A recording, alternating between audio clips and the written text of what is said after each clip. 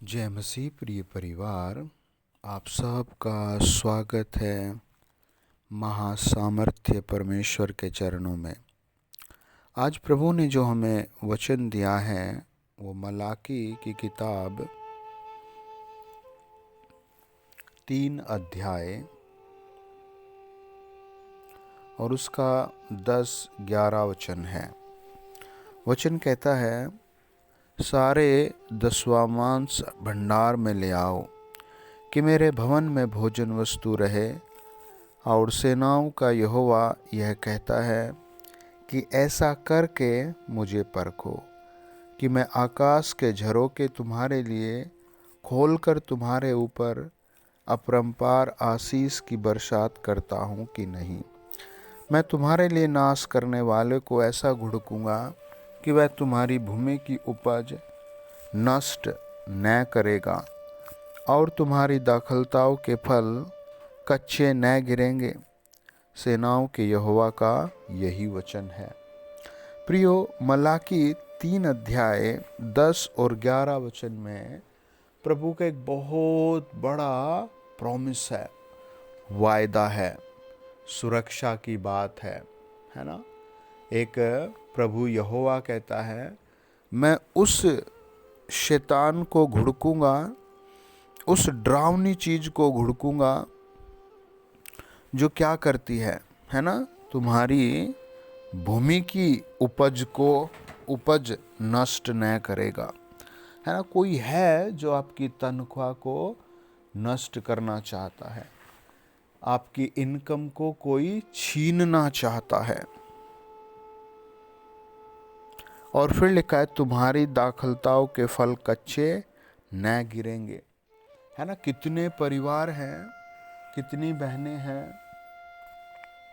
कितने जवान हैं जो बहुत परिश्रम कर रहे हैं, बहुत परिश्रम कर रहे हैं, लेकिन उनका पैसा, उनका रुपया उनके हाथ में आने से पहले ही भाग जाता है ना, खत्म हो जाता है।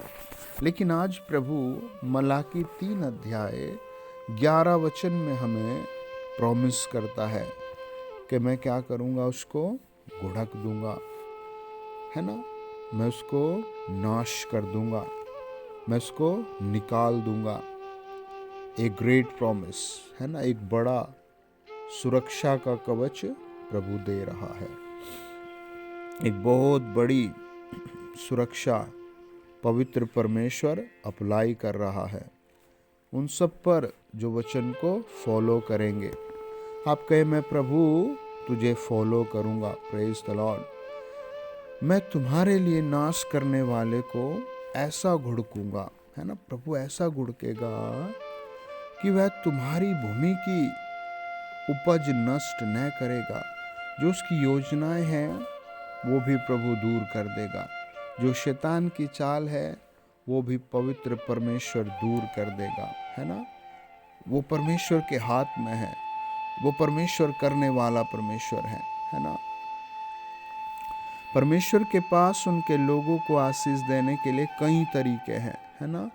पूरी प्रकृति पूर्ण रूप से परमेश्वर पर निर्भर है ना। पूरा बेसिक सिस्टम सब परमेश्वर के अधीन है और वो उसी से आपको ब्लेस कर देगा, है ना। हागे की पुस्तक कहती है, मैंने तुम्हारी सारी खेती को लू और गेरू और ओलों से मारा, तो भी तुम मेरी ओर न फिरे, यहोवा की यह वाणी है। आप कहे, प्रभु मैं तेरी ओर आ गया हूँ, प्रेज द लॉर्ड। प्रभु यहोवा मैं तेरे चरणों पर आ गया हूँ। मैं हमेशा तुझे 10% दूंगा, मैं तुझे हमेशा भेंट चढ़ाऊंगा, मैं तेरी हमेशा आराधना करूंगा। और आज प्रभु ये प्रॉमिस कर रहा है कि मैं तुझे ब्लेस करूंगा।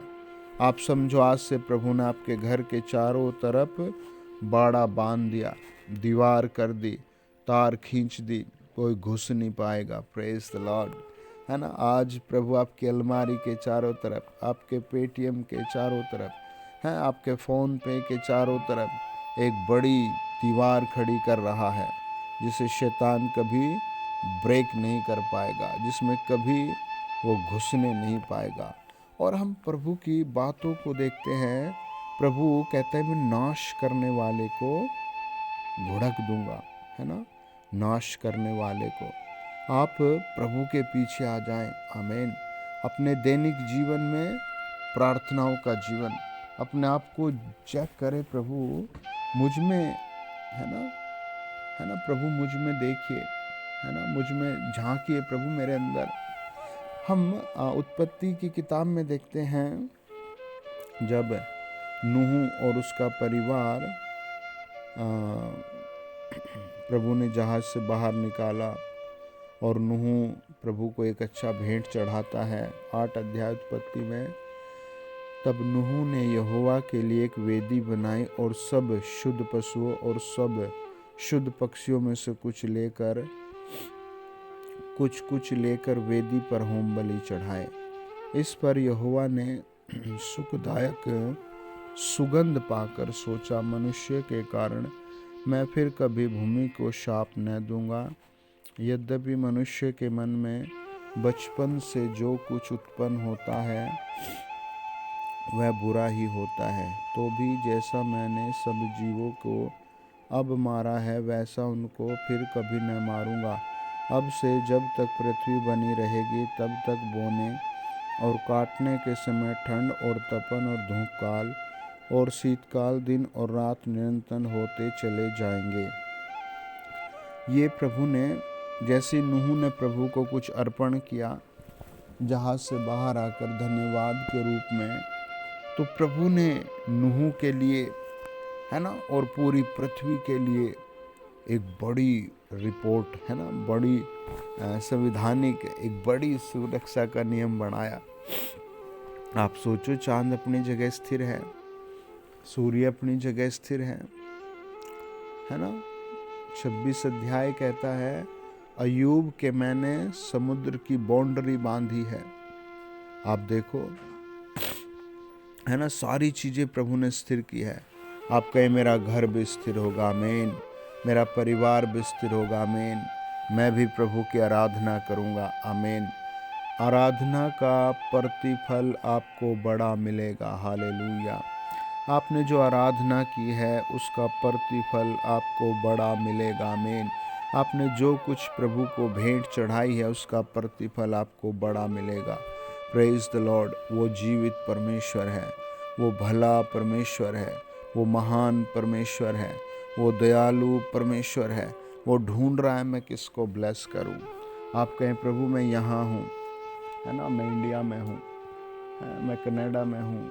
आप कहें प्रभु मैं यहाँ हूँ, मैं ऑस्ट्रेलिया में हूँ, है प्रभु मैं जर्मन में हूँ।